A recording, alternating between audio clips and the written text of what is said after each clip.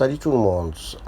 Si vous me permettez, j'essaie dans cette vidéo de vous montrer comment gérer les 30 minutes accordées par ce QCM, qui est l'épreuve de maths du concours d'entrée à la faculté de médecine de Rabat, session 2019, d'accord, que je vous ai déjà posté, et le réussir avec un minimum de temps. Alors, contrairement aux épreuves classiques, ici, vous n'avez rien à rédiger, rien à justifier. Seulement, il faut savoir repérer les bonnes réponses et savoir écarter les mauvaises grâce à l'observation et avec un minimum de calcul. Bien, alors dans chaque question, parmi les 10 questions de cette épreuve, il s'agit de cocher là où les bonnes réponses. Alors, pour la première question, immédiatement, vous éliminez B, car U0 c'est égal à 2, et 2 n'est pas inférieur strictement à 2. Alors ensuite, pour le choix grand A, on vérifie ça facilement, au brouillon bien sûr, hein. Alors grâce à un raisonnement par récurrence, d'accord. Alors puisque U0 est égal à 2 et 2 supérieur strictement à 1, donc c'est vrai pour n égale 0. Et si pour n appartenant à n, vous avez un supérieur strictement à 1, donc vous faites la différence U indice n plus 1 moins 1 qui vous donne, donc comme vous voyez, d'accord, c'est un petit calcul, un moins 1 au carré sur 2 un moins 1. Alors, le numérateur un moins 1 au carré, il est strictement positif, puisque un est différent de 1. Et le dénominateur de un moins 1, il est lui aussi supérieur strictement positif, puisque un est supérieur strictement à 1 demi. Hein? Un supérieur strictement à 1, donc un supérieur strictement à 1 demi. Donc, le rapport est strictement positif, et par suite, U indice n plus 1 supérieur strictement à 1. Et d'après le principe de récurrence, donc pour tout n de n, U indice n est supérieur strictement à 1. Donc le choix grand A donc, est à cocher. Alors le choix C, il exprime que la suite il est arithmétique. Et le choix D, il exprime que la suite est géométrique. Mais ici, vous allez voir, on va faire aucun calcul parce qu'on va regarder la deuxième question. Alors, comme vous voyez, alors tous les choix de la deuxième question expriment que la suite Wn est une suite géométrique. De raison 2. Donc, dans la question 1, alors le choix C est à écarter et le choix D est à garder. Ensuite, dans la deuxième question, alors tous les 4 choix, donc ils expriment que la suite, comme c'est dit tout à l'heure, sont géométriques de raison 2. Alors pour la première, le premier terme c'est ln de 2, pour la deuxième c'est 2 ln de 1 demi, pour la troisième c'est ln de 1 demi, pour la quatrième c'est moins ln de 2. Remarquez que C et D, ils expriment la même chose, d'accord? Voilà, ou bien on les garde toutes les deux, ou bien on les écarte toutes les deux. Alors maintenant, il suffit de chercher le premier terme de la suite Wn. Donc il suffit de chercher W0. Alors W0, c'est ln de V0. Et V0, c'est quoi? V0, c'est U0 moins 1 sur U0. U0, c'est 2, donc 2 moins 1, c'est 1, c'est 1 demi. Donc, W0, c'est ln de 1 demi. Alors, ln de 1 demi, donc vous voyez, donc on va prendre le choix C. Bien sûr, comme puisque D et C, c'est la même chose, donc on va prendre C et D. Ensuite, pour la question 3, il s'agit d'exprimer donc Vn en fonction de n. Alors, on vous propose ici 4 expressions différentes, 2 à 2 de Vn. Donc, bien sûr, une seule qui marchera. Alors, puisque Wn égale ln de Vn, d'accord, donc il suffit de chercher ln de Vn pour ces 4 expressions.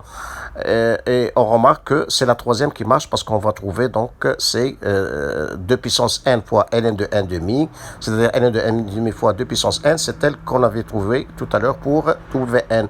Donc c'est C qui marchera. Bon, ensuite, pour la question suivante, question 4, alors il s'agit de trouver la limite de la suite UN. On rappelle que la limite d'une suite, elle est unique. Donc, il y aura une seule valeur de cette limite. Alors, tout d'abord, dans la question précédente, 3, avec les 4 choix, vous remarquez que pour toutes les expressions de Vn, vous avez leur limite qui est égale à 0. Hein, c'est facile à voir. Donc, si si jamais on se trompe ou on ne fait pas la question 3, d'accord, donc la limite de Vn c'est égal à 0. Hein. Alors, donc, puisque la limite de Vn égale 0, donc on ne peut pas avoir limite de Un égale plus l'infini. Sinon, nous aurons limite de Vn égale 1, parce que vous allez factoriser numérateur et dénominateur par Un, hein, d'accord, donc sans calcul, hein, mentalement, d'accord, donc ça vous donne limite de Vn c'est égal à 1.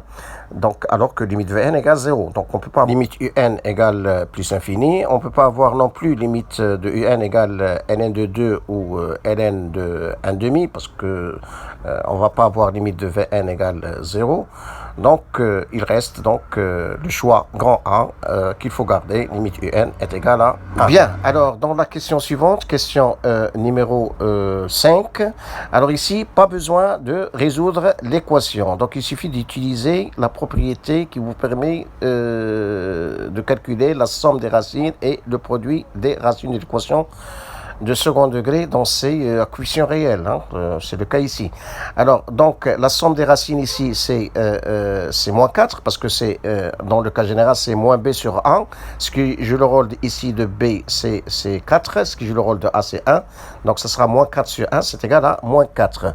Donc, la somme des racines, c'est égal à moins 4. Donc, vous allez pouvoir, comme ça, écarter les choix B et C. Le choix C, donc ça vous donne une somme est égale à 4, mais c'est pas moins 4. Et pour B, donc lorsque vous faites la somme, vous avez 4 facteurs de EIP sur 3 plus E moins IP sur 3. Donc vous utilisez Euler, d'accord? Donc ça vous fait 2 cosinus pi sur 3, c'est-à-dire c'est égal à 2 fois 1 demi, c'est 1. 1 fois 4, c'est 4. Donc ça vous donne une somme est égale à 4. D'accord? Donc vous allez éliminer 4 B, le choix B et le choix C. Pour examiner les choix A et D, il suffit de faire leur produit, hein, produit dans chacun de Z1 et Z2. On sait que le produit de Z1 par Z2, c'est égal à C sur A, c'est-à-dire égal 16, parce que ce qui joue le rôle de C, c'est 16, ce qui joue le rôle de A, c'est 1, c'est 16 sur 1, c'est 16. Alors effectivement, pour le choix A, donc nous avons un produit est égal à 16, parce que lorsque vous faites le produit, donc vous avez 4 fois 4, c'est 16, et EI de pi sur 3 fois E moins I de pi sur 3, ça vous fait EI 0, d'accord, ça vous fait 1, donc ça vous fait le produit c'est 16. Alors pour le choix D, c'est la même chose, hein, donc lorsqu'on fait le produit, donc c'est une identité remarquable, donc ça vous donne 4 plus 12, ça vous fait bien 16. Donc A et D, ça marche bien. Mais avant de les choisir, donc s'assurer que la partie imaginaire de Z1 pour les deux, c'est bien supérieur à 0. C'est le cas ici, hein, parce que la partie imaginaire de Z1 dans le choix grand A, c'est 4 fois sinus 2 pi sur 3 qui est égal à 2 racines carrées de 3, c'est supérieur à 0. Et bien évidemment, dans le choix D, la partie imaginaire, donc c'est 2 racines de 3, qui est bien supérieur à 0. Donc on va garder les choix grand A et grand D. Ensuite, question 6. Alors ici, on a intérêt à considérer le choix grand A dans la question précédente. C'est-à-dire, on va considérer Z1 et Z2 sous forme exponentielle, parce que vous allez voir, le calcul, ça va être simple et rapide. Donc Z1 sur Z2, donc on simplifie par 4, d'accord? Donc il vous reste EI de pi sur 3 sur, vous faites monter E moins E de pi sur 3 dans le numérateur, donc ça vous fait EI 2 pi sur 3 plus 2 pi sur 3, c'est EI 4 pi sur 3. Donc au carré, hein, tout ça au carré, donc ça vous fait EI 8 pi sur 3. Autrement dit, un argument de Z1 sur Z2 au carré, donc ça va être égal à 8 pi sur 3. Et 8 pi sur 3, il est congru à 2 pi sur 3 modulo 2 pi. Parce que 8 pi sur 3, c'est égal à 2 pi plus 2 pi sur 3. Donc, on va garder le choix B et on va éliminer le choix A. Alors, pour le modulo carré de Z1 sur Z2, donc on va... on a vu tout à l'heure que Z1 sur Z2, c'est EI 4 pi sur 3.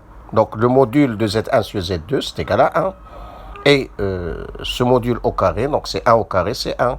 Donc on va garder le choix C et on va éliminer le choix D. Bon, on va sauter la question numéro 7 parce que des calculs de probabilité ne sont pas au programme du cadre référentiel du concours d'entrée à la faculté de médecine. Donc, on va sauter la question numéro 7 et on va passer directement à la question numéro 8. Alors ici, nous sommes obligés de calculer la dérivée de g, de calculer g' de x, pour pouvoir répondre à ces questions. Alors la dérivée de g, donc on l'obtient sans problème. Donc comme vous voyez, d'accord. Donc vous dérivez x, vous dérivez ln de x sur x carré, vous réduisez au même dénominateur. Et puis après, donc on va étudier le signe de cette dérivée. Bien, alors x puissance 3, il est strictement positif, parce que x supérieur exclusivement à 0. Donc le signe de g' de x est celui du numérateur, x puissance 3 moins 1, plus x ln de x. Le signe de x puissance 3 moins 1, c'est le signe de x moins 1. Le signe de x ln de x est celui de ln de x, parce que x est supérieur strictement à 0. Et on sait que ln de x, son signe, c'est celui de x moins 1. Donc le signe de x puissance 3 moins 1, c'est le signe de x moins 1. Le signe de x ln de x, c'est le signe de x moins 1. Donc le signe de la somme de x puissance 3 moins 1 et x ln de x, c'est celui de x moins 1. Autrement dit, le signe de g' de x est celui de x moins 1. Donc on voit bien que les choix grand A et grand C sont corrects. Donc on va les garder. Et les deux autres, on va les écarter, on va les éliminer. Donc, il faut choisir grand A et grand C. Alors, ensuite, la question 9. Donc, on commence d'abord par former la différence g de x moins x pour pouvoir étudier les choix proposés, les 4 choix proposés.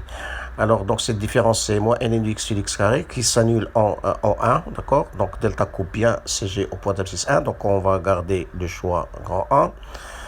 Puis le signe de g de x moins x est celui de moins ln de x, parce que x carré est supérieur strictement à 0. Donc c'est le signe contraire de celui de ln de x. Et on sait que le signe de ln de x est celui de x moins 1. Donc le signe de g de x moins x, ça sera celui de 1 moins x. Donc on n'aura pas b et on n'aura pas c, parce qu'on n'a pas g de x supérieur égal à x sur l'intervalle fermé 1 plus l'infini. On a plutôt g de x inférieur égal à x. Et on n'a pas pardon, on n'a pas non plus g de x inférieur ou égal à x sur l'intervalle fermé en 1 et ouvert en 0. D'accord, on a plutôt g de x supérieur ou égal à x. Donc on n'a pas b et on n'a pas c. En revanche, on a d, puisque la limite de moins ln de x sur x carré quand x tend vers plus l'infini, c'est égal à 0. Puisque limite de ln de x sur x carré, c'est une limite remarquable en plus l'infini qui est égale à 0. Donc, cela montre que la droite delta d'équation y égale x est une asymptote oblique de CG au voisinage de plus l'infini. Donc, on va garder D. Donc, en résumé, on va garder A et D. Enfin, question 10, il n'y a aucun calcul à faire. Alors, si on admet que au moins, il y aura une bonne réponse.